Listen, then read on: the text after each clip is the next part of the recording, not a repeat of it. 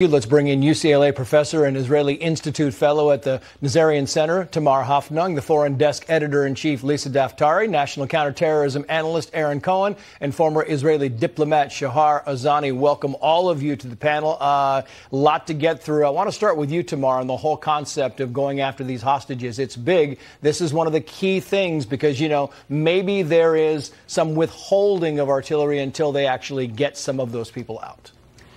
Yes. Yes, Chair. This is an extremely complicated situation. The hostages and the hostage situation is just gruesome. We have over 150 hostages that actually we don't really know the numbers. I'm not even sure the Hamas knows the number of the people that they have. And also we have to also consider that some of them are by the Islamic Jihad. Some of them are within the Hamas. There is a lot of chaos around that. Their whereabouts, and also they're being used as bargaining chips. And that's always a big concern of that, Aaron, because you said you're hearing from some of your people on the ground in Israel that maybe some of these people have gotten out.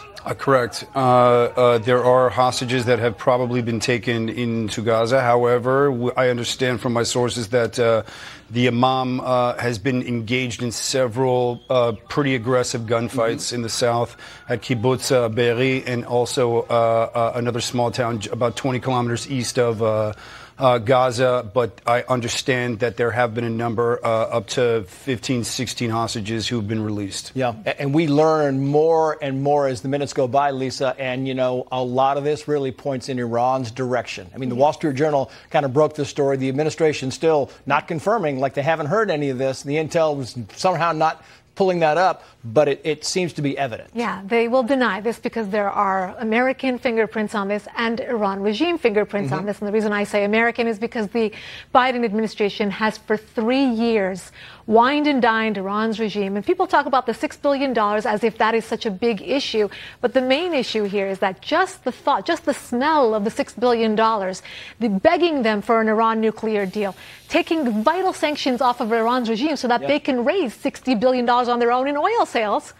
And of course, the $6 billion at the end, the cherry on top, even if that check is sitting in my bedroom right now, the fact that they know it's coming to them is enough for them to be emboldened and for them to plan this. The Wall Street Journal broke it down. We have a timeline. We know that they met over the last 2 months, finalizing every detail of this attack and then finally giving them the green light to do so. Yep, everybody has a budget, and when you have money coming into your budget, you know what to spend it on. I was interested, Shahar, that earlier on Jesse Waters, the former Attorney General Bill Barr, said this about this administration. We don't have that. Let me just read it. He said, quoting, "One of the problems with this administration is we have all these problems around the world, and they're always a day late and a dollar short. They're very good at pulling on the reins, but they fail to take decisive action to do some good." And we've seen this in Afghanistan. We've seen this at the border. They are always late to the game. Your thoughts on this, Shahar? Well, I'm happy that at least at this point in time, we're seeing strong statements from this administration. There is nothing that can be said in support of providing Iran with $6 billion or any other coddling of this evil regime. The truth is that Iran has been at the backdrop of the regional destabilization wherever this regime touches, whether internally with its own people, whether it's in Yemen, whether it's in Lebanon through its horrible proxy Hezbollah. They bring misery wherever they are, and they're doing the same with Hamas. And I just want to say, with regards to the hostage situation, there are many nationalities, not just Americans, but it needs to be a demand by countries around the world and by the United States to release immediately those hostages, because this round is not Hamas versus Israel. It's the fight for civilization against forces of darkness and barbarism. And this is what we're fighting for. Yep. And by the way, we are looking now, again, live pictures of Gaza City. You can see the smoke in the background. The sun has risen there. We've kind of turned the tint down a little bit. It is very bright in what you're looking. We're trying to give you a better look at the city and the smoke and what the background looks like there. He brought up Hezbollah, and I find it interesting, Tamar, that so far Hezbollah has mostly been silent on whether they would join forces. What do you make of that?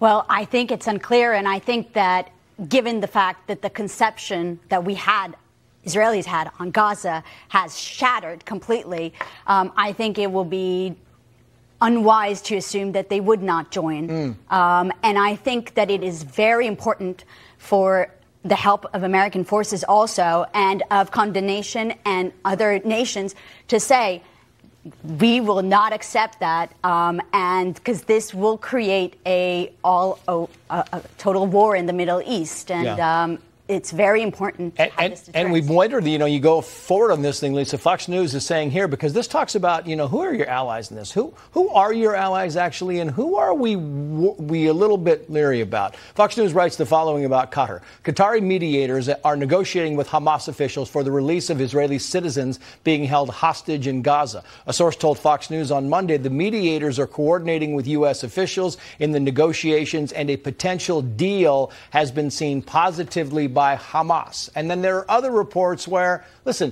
one of the leaders of Hamas was in Qatar while this whole thing was going down. Yeah, absolutely. Look, it's a mess with regards to who our friends, enemies, and frenemies are. Look at Turkey, look at Qatar. We cannot rely on them like we used to. Besides, if you take President Obama and President Biden out of the presidential timeline, our foreign policy in the United States has always been stable and consistent. That is why we've had the respect and leadership on the world stage that we have had.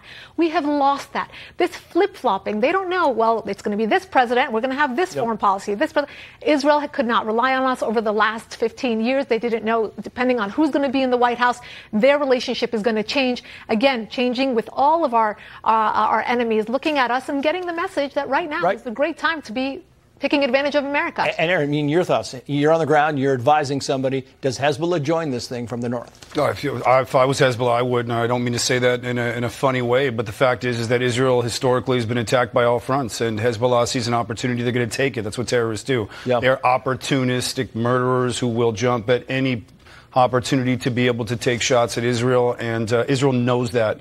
And so the stakes keep going up, especially with this current situation. Yeah. Final thoughts, Shahar, 15 seconds. Well, just, hope that people will be able to emerge from this crisis quickly. And I just send the best wishes and support and prayers to my family in Israel that, are there through the blaring sirens, and to many more there. Yeah, our hopes are also with the people in Israel. Thank you all for joining us. We very much appreciate it. Meantime,